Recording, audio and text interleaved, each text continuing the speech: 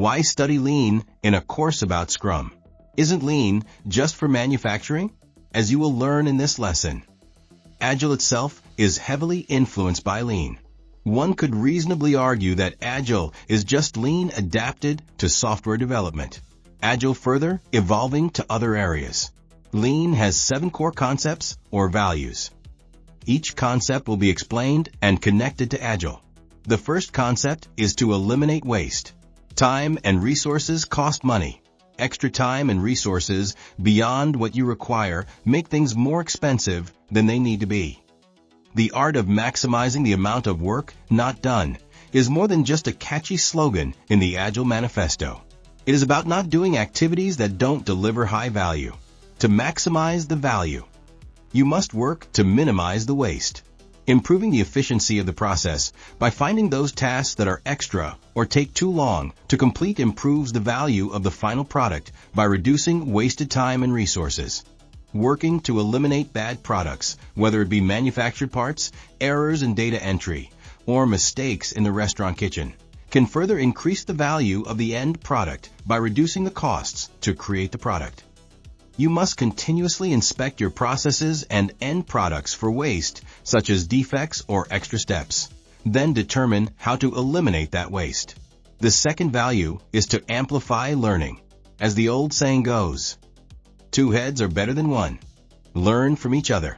Become a learning organization. Encourage individuals to learn more and create an environment where shared learning is encouraged. Encourage learning through collaboration and be a part of that collaboration. Learn from them as they learn from each other.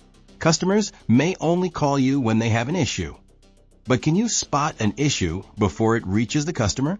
Are employees rejecting product for defects, then moving on to the next product with no mention or record of the defective product?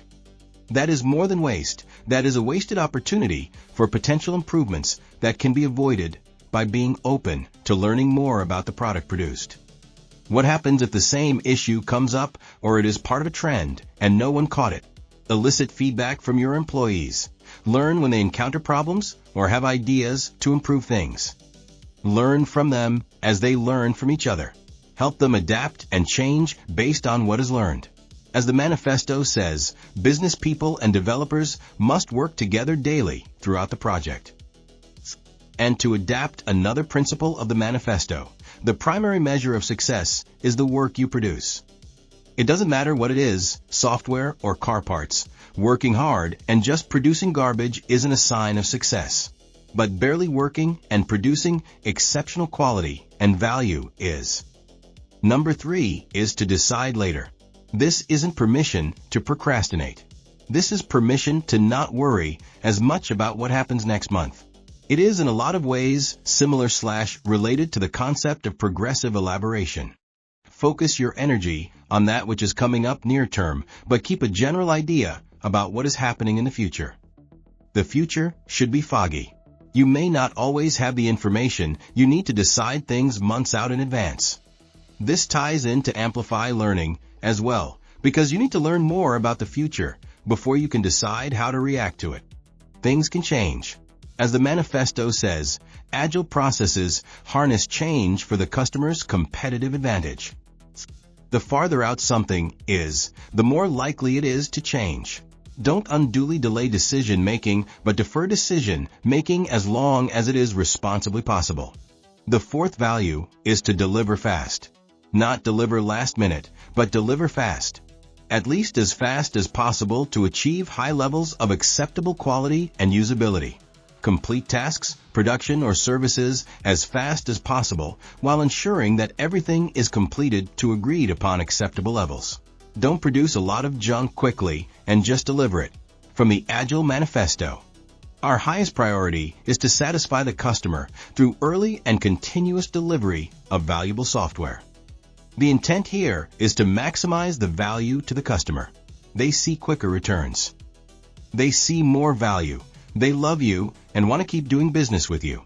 Consistently quick, quality products are more valuable than high-quality products that take a long time to receive. Within Agile, there is the concept of incremental delivery. Give them small chunks of quality product quicker. rather than make them wait until the whole thing is done. If it is a usable chunk of product, it has the potential to deliver early value. This can also be achieved through just-in-time manufacturing or through Kanban, the Agile-related approach that can be called just-in-time delivery. Stuff is pulled forward to be used only when needed. This helps to eliminate some of that waste we discussed earlier, such as wasted space or time working on something that may never need to be pulled forward. The fifth value is to empower the team.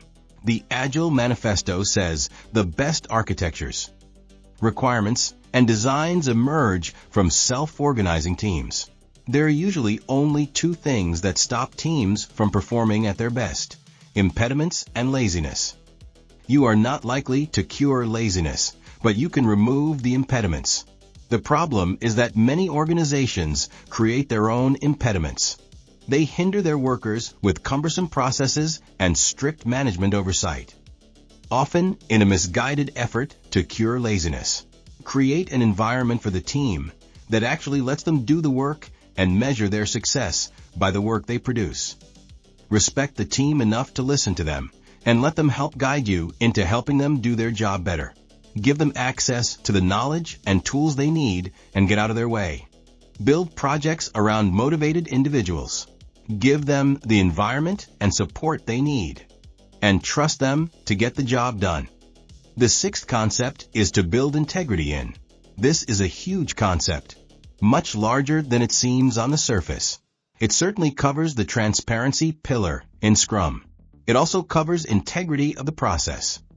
You need a solid process to build quality products or services, and none of that process should be hidden. Shadow processes are processes that are undocumented or unknown to people beyond the ones who perform the process. They often become created out of a need that isn't being fulfilled any other way. Shadow processes reduce the integrity of the process. They make repeatability difficult and may even add to waste. They certainly reduce the transparency of the whole process. Integrity is also built in by introducing quality control processes, such as testing requirements or verification of data. And finally, the seventh Lean core concept is to see the whole. This is very clearly the idea of systems thinking. We have to understand how pieces fit together and how one part of the system impacts another. Consider the idea of baking a cake. Sure, you toss together some flour, milk or water, eggs, and sugar to make a cake. But how much of each ingredient do you need? You make one change in the amount of one of those ingredients without understanding how they impact each other, and you end up with heavy dry bread or a thick soupy mess that doesn't cook on the inside. The whole system is the cake. The individual pieces of that system are the ingredients.